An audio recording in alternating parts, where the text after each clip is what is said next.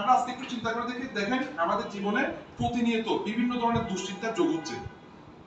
এরপর যে বিষয়টা সেটা হচ্ছে প্রতিনিয়ত আমাদের কি হচ্ছে, খরচ বেড়ে যাচ্ছে, দিন দিন আমাদের খরচ বেড়ে যাচ্ছে, টাকাকে জোর করেও কি বেঁধে রাখা যাচ্ছে না। আমাকে অনেক সময় অনেকজন বলছে যে ইমন তুমি অনেক বোকা। আমি বলছি কেন? বলতেছে তুমি যে পরিমাণ টাকা ইনকাম করছো কিছু টাকা ধরে রাখলে ভালো হতো। তখন আমি বলছি টাকার সাথে পাখা আছে, টাকাকে ধরে রাখা যায় না। টাকাকে আমরা চাইলেও ধরে রাখতে পারবেন না, খরচ আপনার সামনে এসে হাজির। ঠিক আছে, এই হচ্ছে বিষয়। যেমন আমার আম্মু চোখের একটা অপারেশন করার জন্য, চোখের ছানির অপারেশন করার জন্য মানে ডাক্তারের কাছে গেলাম। ডাক্তার বলছে 20 থেকে 25,000 টাকার মধ্যে ঘটনা কি হবে, শেষ হয়ে যাবে।